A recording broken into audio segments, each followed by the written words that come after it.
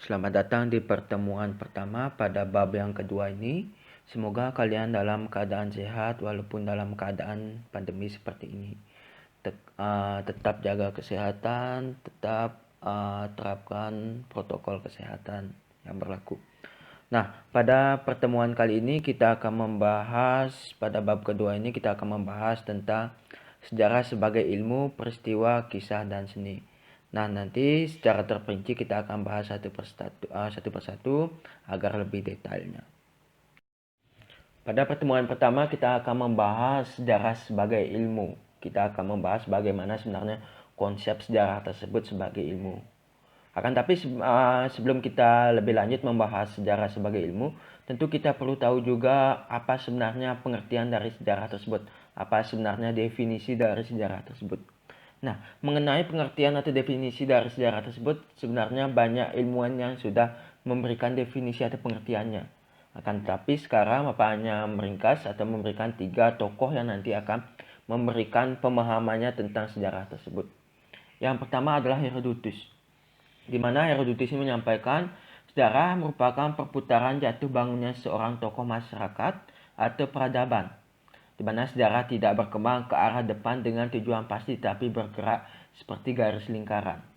Di mana Herodotus menekankan sebuah sejarah tersebut nanti akan berkenaan dengan seorang tokoh masyarakat atau peradaban, di mana setiap peristiwa yang mengenai hal tersebut akan disebut dengan sejarah. Dan gerak sejarah tersebut tidaklah lurus ke depan, tapi melingkar dan akan mengenai ke bagian akhir lagi, di mana maksud dari melingkar tersebut, di mana sejarah masa kini tersebut akan nanti bisa digunakan untuk masa sekarang dan nanti juga bisa digunakan untuk pembelajaran di masa yang akan datang. Mungkin seperti itu. Yang kedua adalah Ibnu Khaldun, di mana beliau menyampaikan bahwa sejarah tersebut adalah catatan tentang umat manusia dan peradaban dunia, cerita tentang perubahan-perubahan yang terjadi dalam kehidupan masyarakat. Di mana Ibnu Khaldun ini lebih menekankan bahwa suatu sejarah tersebut merupakan sebuah cerita, terutamanya sebagai objeknya adalah manusia dan peradaban dunia, di mana cerita tentang perubahan-perubahan terjadi dalam kehidupan masyarakat, di mana setiap peristiwa yang mengenai masyarakat atau manusia tersebut disebut dengan sejarah. Itu menurut Ibnu Khaldun. Yang ketiga adalah Sartono Kartodirjo, di mana beliau menyebutkan bahwa sejarah dalam arti objektif berarti kejadian atau peristiwa yang dapat ditunjukkan dengan bukti-bukti yang memiliki kebenaran objektif dalam artian jelas. Kemudian sejarah dalam arti subjektif berarti suatu konstruksi atau bangunan yang disusun penulis sebagai suatu uraian atau cerita. Nah, di sini Sartono Kartodirjo ini menekankan bahwa apabila suatu peristiwa tersebut memiliki keobjektifan yang tinggi, otomatis itu dia disebut dengan sejarah. Dan apabila sebuah cerita tersebut bersifat subjektif, maka dia disebut nantinya adalah suatu tulisan atau uraian tentang cerita. Itu menurut Ibnu Khaldun. Nah, ketiga tersebut sebenarnya benar dan banyak lagi tentang pengertian dari sejarah, dari kata saja sejarah, kemudian sejaratun yang berarti dengan pohon, bagaimana kita melihat pohon tersebut diumpamakan seperti sejarah, dari akar kemudian batang sampai ke daun hingga berbuah, begitulah sejarah. Ada sejarah masa lalu diumpamakan sebagai akar, kemudian bagaimana sejarah masa lalu tersebut berkembang dari akar menjadi batang, kemudian digunakan untuk masa sekarang. Kemudian dari batang berkembang menjadi daun dan buah, dianggap itu masanya akan datang. Nah, begitu juga bagaimana sejarah tersebut tidak cuma berbicara tentang masa lalu saja, tapi sejarah dapat merubah suatu peristiwa di masa kini dan di masa yang akan datang, tergantung bagaimana kita menyikapi dari peristiwa tersebut. Sekarang kita akan mulai membahas tentang sejarah sebagai ilmu. Yang pertama kita akan membahas ciri-ciri sejarah sebagai ilmu. Sebenarnya ciri-ciri dari sejarah sebagai ilmu itu ada 5. Yang pertama bersifat empiris, mempunyai objek, mempunyai teori, kemudian mempunyai generalisasi, dan mempunyai metode. Nah, yang pertama yaitu bersifat empiris. Apa sebenarnya arti bersifat empiris? Yaitu memiliki yang namanya pengalaman, di mana sejarah sebagai ilmu tersebut memberikan suatu pengalaman. Pengalaman di masa lalu tersebut bisa digunakan untuk masa sekarang dan masa yang akan datang. Apabila suatu peristiwa di masa lalu dianggap kurang baik, maka dapat diperbaiki di masa sekarang dan nanti akan digunakan untuk di masa yang akan datang. Begitu juga peristiwa yang jelek sekarang bisa diperbaiki nanti, kemudian dapat digunakan pada di masa mendatang. Seperti itu. Sehingga adanya peranan dari pengalaman tersebut sangat kuat sebagai pembelajaran agar kita tidak kembali terjumus ke permasalahan yang sama lagi, yang membuat mungkin kesengsaraan bagi diri kita sendiri maupun lingkungan kita. Itu yang bersifat empiris. Yang kedua yaitu mempunyai objek, di mana setiap sejarah sebagai ilmu harus mempunyai namanya objek. Objek dari sejarah tersebut beraneka ragam, bisa itu berupa tokoh atau manusia, bisa itu berupa benda, dan bisa berupa dalam artian benda tersebut berupa candi, kemudian prasasti, kemudian bangunan-bangunan lainnya yang nanti bisa memberikan informasi kepada yang menginginkan dari sejarah tersebut. Yang ketiga yaitu sejarah tersebut mempunyai namanya teori. Tentu kita sudah bahas tadi tentang teori tentang sejarah tersebut, pengertian dari sejarah tersebut. Otomatis apabila sejarah tersebut sudah mempunyai teori, maka sejarah tersebut dapat dikatakan sebagai ilmu. Yang ketiga, sejarah mempunyai namanya generalisasi. Generalisasi tersebut merupakan yaitu benang merah atau kesimpulan atau garis besar dari suatu peristiwa. Sehingga apabila suatu cerita sejarah mempunyai garis besar atau benang merahnya, otomatis dia dapat dikatakan sebagai ilmu. Nah, dari cerita sejarah tersebut tentu mempunyai yang namanya generalisasi atau benang merah atau pengambilan kesimpulan tersebut. Otomatis sejarah tersebut dapat dikatakan sebagai ilmu. Kemudian yang kelima yaitu sejarah mempunyai metode. Tentu sejarah mempunyai metode. Di dalam melakukan suatu penelitian sejarah, tentu ada langkah-langkah atau metode-metode yang harus dilakukan dalam membuat suatu misalnya cerita sejarah. Membuat sebuah penelitian tentang suatu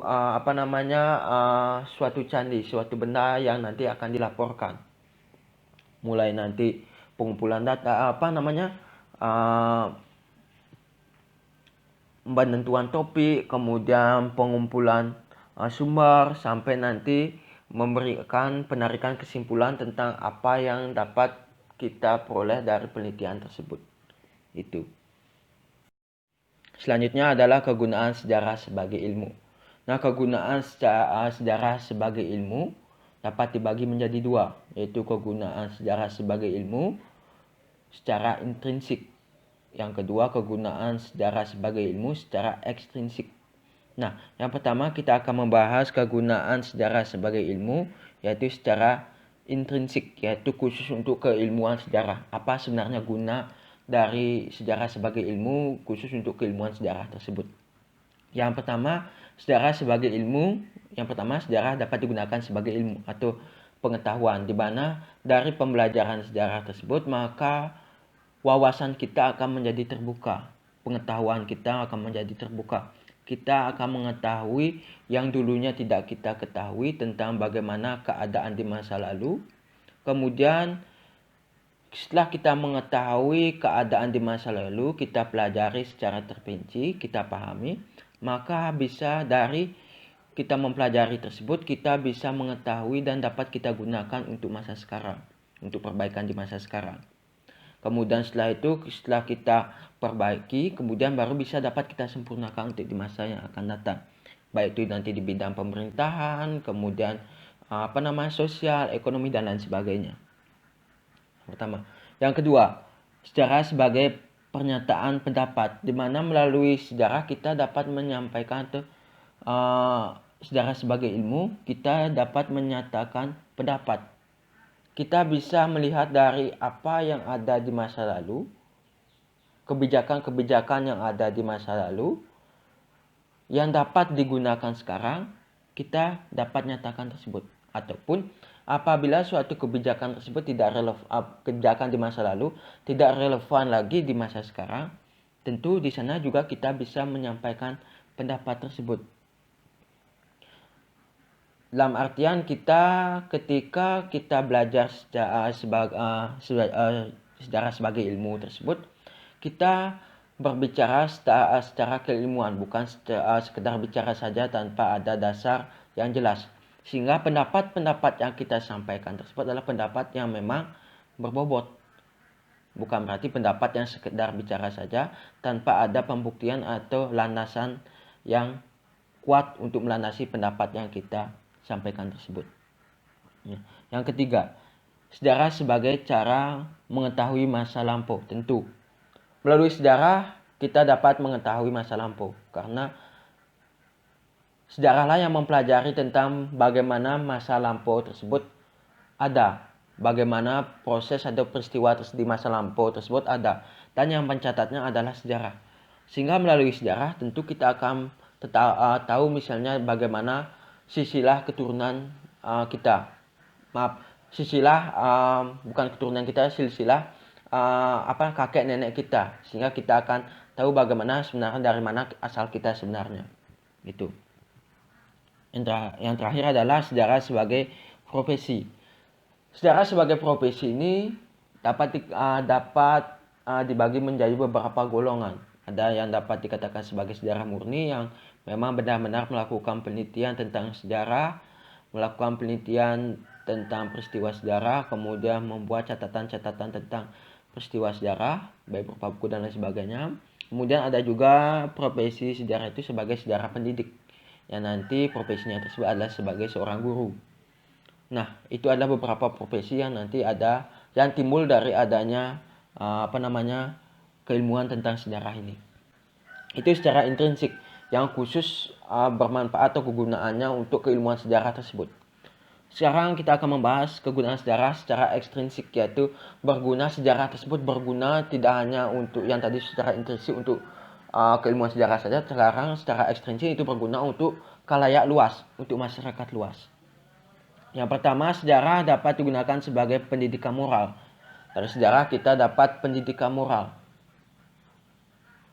Mana yang baik, mana yang buruk. Seperti itu. Kemudian apa yang boleh dilakukan, apa yang tidak boleh dilakukan.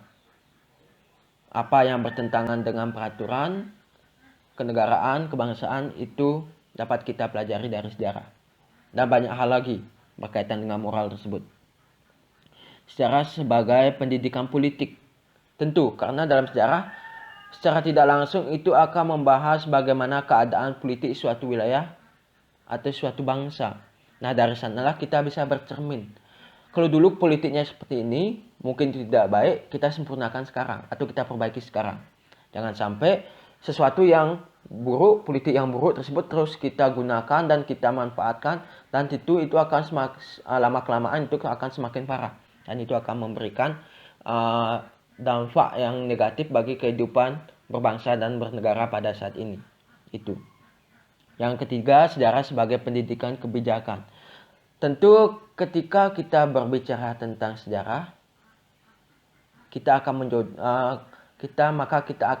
mencoba menjadi manusia yang bijaksana. Mengapa kita dikatakan dengan belajar sejarah akan menjadi manusia yang bijaksana? Karena proses untuk mencari bijaksana tersebut tentu kita memerlukan yang namanya pengalaman.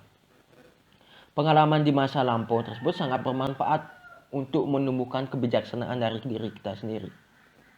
Tentu seorang bijaksana tidak akan jatuh istilahnya pada lubang yang sama. Kalau dulu pernah menderita, tentu kedepannya harus tidak menderita lagi. Seperti itu. Otomatis kesalahan di masa lalu jangan sampai terulang lagi di masa sekarang. Apalagi untuk di masa yang akan datang. Seperti itu. Harus bijaksana. Sejarah sebagai pendidikan perubahan. Ya, berkaitan dengan pengalaman. Perubahan tersebut bukanlah perubahan yang ke arah yang negatif, tetapi perubahan yang ke arah yang positif. Kesalahan-kesalahan di masa lalu, jangan itu dilaksanakan kembali, tetapi kesalahan di masa lalu tersebut digunakan sebagai pembelajaran untuk masa sekarang dan masa akan datang. Otomatis nanti kehidupan berbangsa, bernegara, dan bermasyarakat tentu akan lebih baik di masa sekarang. Dan tujuannya adalah lebih baik di masa yang akan datang. Selanjutnya, fungsi sejarah sebagai ilmu. Sejarawan Nugroho Noto Susanto menyatakan sejarah memiliki 3 fungsi. Ketiga fungsi tersebut sebagai berikut. Fungsi rekreasi, di mana sejarah sebagai ilmu mempunyai yang itu fungsi rekreatif, di mana situs sejarah dapat menjadi sarana rekreasi. Yang kedua, selain mengunjungi situs sejarah, rekreasi sejarah dapat dilakukan dengan membaca buku. Tentu melalui kita mengunjungi situs-situs sejarah, selain kita berusaha untuk mengetahui bagaimana sebenarnya sejarah dari situs-situs tersebut, secara tidak langsung kita juga dapat melakukan yang namanya rekreasi. Kita dapat jalan-jalan di situs sejarah tersebut, ilmu kita dapat, refreshing kita dapat.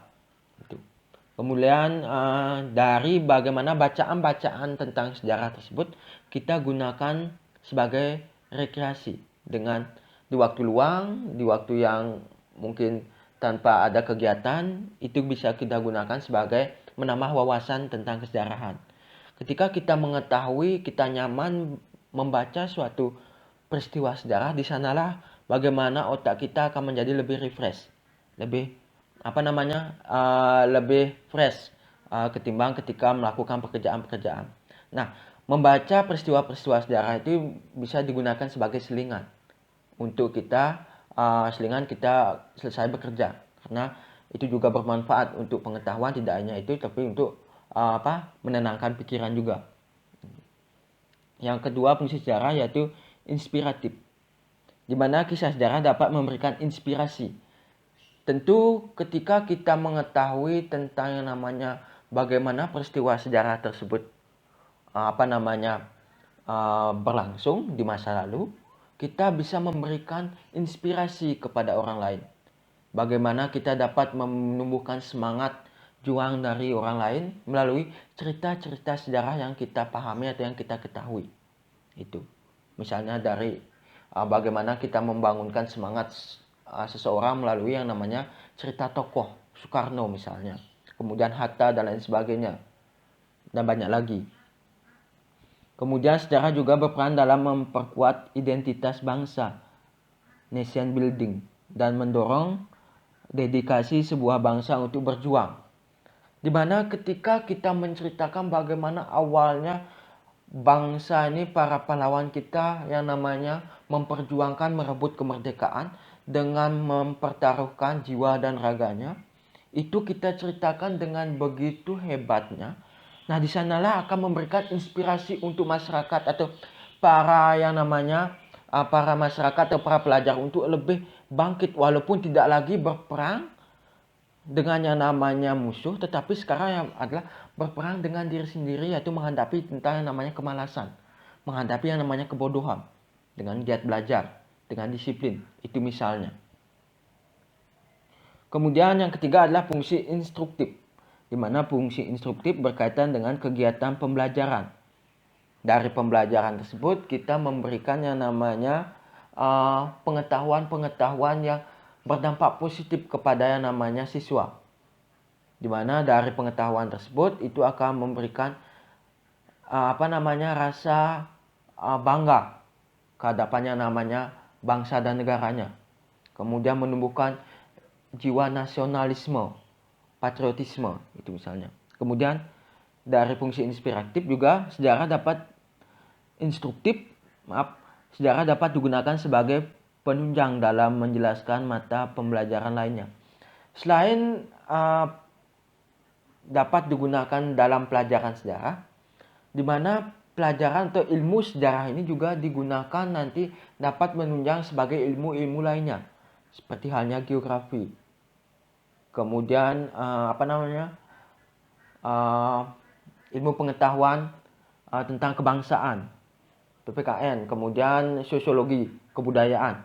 Nah, di sini sejarah walaupun tidak secara menyeluruh berbicara tentang sosial, tidak secara pure berbicara tentang yang namanya kebudayaan, tapi melalui sejarah itu bisa dikembangkan untuk sebagai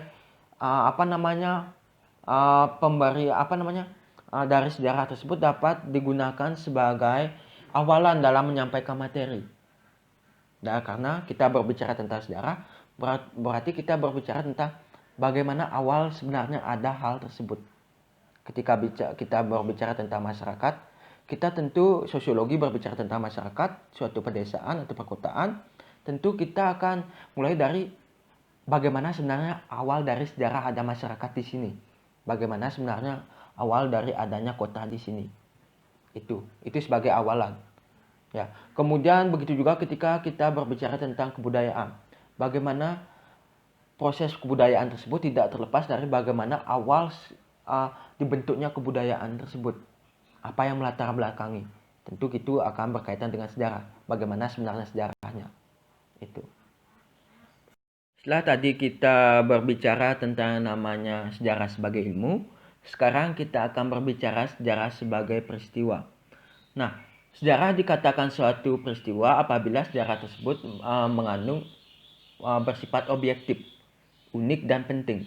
Di mana objektif tersebut merupakan suatu peristiwa sejarah bersifat objektif, di mana suatu peristiwa didukung oleh fakta sejarah yang dapat menunjukkan peristiwa tersebut benar-benar terjadi. Peristiwa sejarah bukan peristiwa rekaan atau hasil imajinasi penulis. Apabila suatu peristiwa yang terjadi di masyarakat itu harus bersifat objektif, tidak bersifat subjektif. Dalam artian, bagaimana fakta-fakta yang merujuk kepada peristiwa tersebut harus jelas. Tidak sekedar dari bicara mungkin seperti itu. Misalnya, kalau orang Bali bilang nak muluk itu misalnya, itu tidak bisa digunakan sebagai atau tidak bisa disebut sebagai sejarah. Dapat peristiwa tersebut dapat dikatakan sebagai sejarah apa dia mempunyai bukti-bukti atau pendukung yang kuat yang bersifat objektif.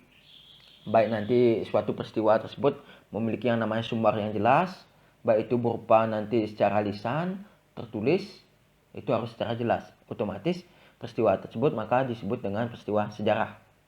Itu. Yang kedua yaitu unik. Tidak ada peristiwa lain yang sama dengan peristiwa yang terjadi pada waktu dan tempat tertentu yang sama. Nah, sejarah tersebut disebut dengan unik. Mengapa sejarah disebut dengan unik? Karena setiap peristiwa sejarah tersebut tidak mungkin nanti akan terulang kembali. Dalam artian di tempat dan waktu, tempat yang sama. Sama halnya proklamasi. Proklamasi tersebut terjadi pada tanggal 17 Agustus 1945 di Jalan Pergasangan Timur, Jakarta. Kemungkinan rekaan ulang proses proklamasi tersebut bisa dilaksanakan, tetapi waktu dan tempat dan bagaimana latar dari peristiwa tersebut tidak akan bisa diulang kembali, terutama adalah tokohnya. Apalagi tokohnya tersebut seperti Soekarno itu sudah tidak ada. Otomatis peristiwa proklamasi tersebut adalah unik, tidak mungkin terulang kembali untuk kedua kalinya, seperti itu. Yang kedua adalah penting, di mana setiap peristiwa memiliki arti penting dalam perkembangan ilmu pengetahuan serta kehidupan berbangsa dan bermasyarakat. Fakta-fakta sejarah mengandung pelajaran tertentu bagi kehidupan manusia. Nah, tidak semua peristiwa tersebut dapat dikatakan sebagai peristiwa sejarah. Hanya peristiwa-peristiwa yang mempunyai dampak yang luas, yang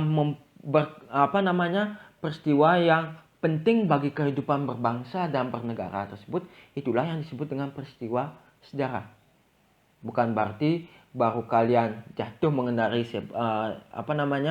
motor itu disebut dengan peristiwa sejarah, karena itu tidak memiliki dampak yang luas bagi masyarakat, bahkan bagi bangsa dan negara. Itu berdampak hanya bagi kalian pribadi saja, seperti itu. Nah, misalnya ada Puputan Margarano. Itu adalah peristiwa yang dapat dikatakan sebagai peristiwa sejarah, karena itu berdampak luas bagi masyarakat Bali dan secara umum bagi masyarakat Indonesia secara luas itu.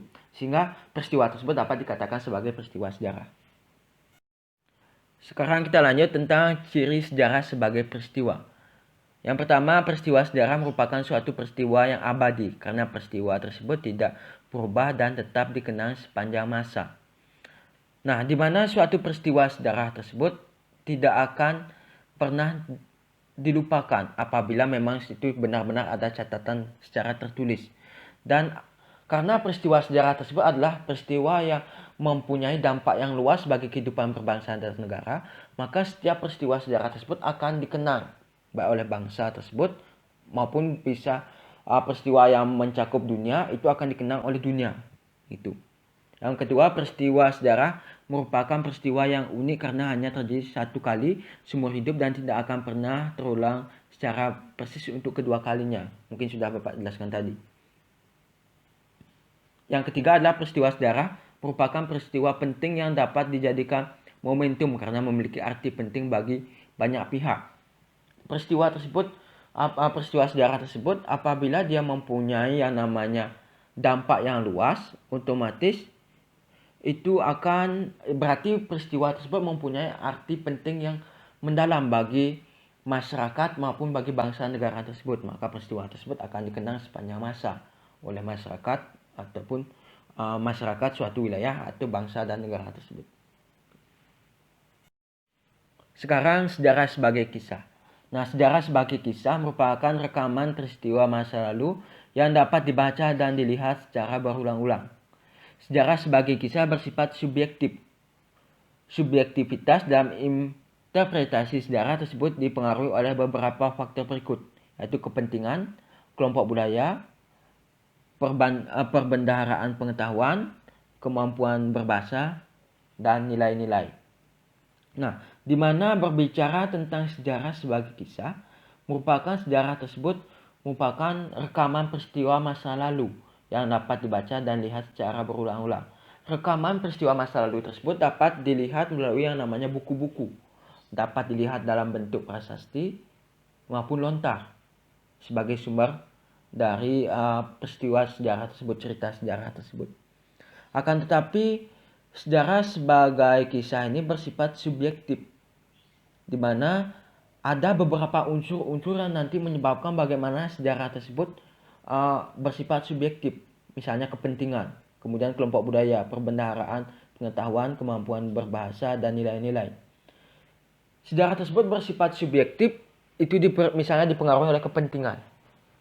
Mungkin tidak asing lagi, mungkin kalian pernah mendengar bahwa sejarah tersebut adalah ditulis oleh pemenang. Tentu isinya tersebut akan lebih berpengaruh terhadap pemenang dari misalnya suatu perang.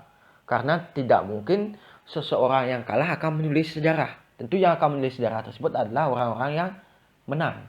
Seperti itu. Kemudian dari kelompok budaya. Peristiwa sejarah tersebut juga bisa dipengaruhi oleh kelompok budaya. Karena tidak sesuai dengan kebudayaan mereka, kemungkinan peristiwa tersebut akan dirubah sehingga peristiwa sejarah tersebut bersifat subjektif jadinya, tidak objektif lagi. Kemudian sumbernya juga kadang-kadang hanya secara lisan saja, tidak ada sumber tertulis secara faktanya, sehingga juga peristiwa tersebut dapat dikatakan bersifat subjektif. Kadang juga pembendaharaan pengetahuan juga mempengaruhi suatu peristiwa tersebut dapat dikatakan sebagai kisah karena dia bersifat subjektif. Dari pengetahuan keilmuan yang tidak kompeten di bidang sejarah, karena banyak kadang-kadang ada beberapa buku sejarah tetapi tidak ditulis oleh seorang sejarawan. Bahkan itu ditulis oleh seorang sastrawan misalnya. Kemudian ditulis oleh orang yang berkaitan dengan agama. Tentu di sanalah karena kajian keilmuannya, profesionalitasnya tidak sesuai, tentu bagaimana keobjektifan dari peristiwa tersebut, cerita tersebut tentu itu bisa dipertanyakan. Karena segi keilmuannya jauh berbeda. Yang seharusnya berbicara tentang agama, kemudian dia berbicara tentang sejarah. Yang seharusnya berbicara tentang ekonomi, dia berbicara tentang sejarah. Tentu dari segi keilmuan itu tidak nyambung seperti itu. Selanjutnya adalah jenis sejarah sebagai kisah. Sejarah sebagai kisah menurut subjeknya dapat dibagi dua, sejarah lama dan sejarah baru, old history dan new history. Nah, sejarah lama merupakan sejarah yang mengutamakan unsur kejadian, peristiwa, kisah, serta urutan kejadian, di mana sejarah lama tersebut akan lebih menentukan bagaimana peristiwa apa tersebut, kejadian apa tersebut.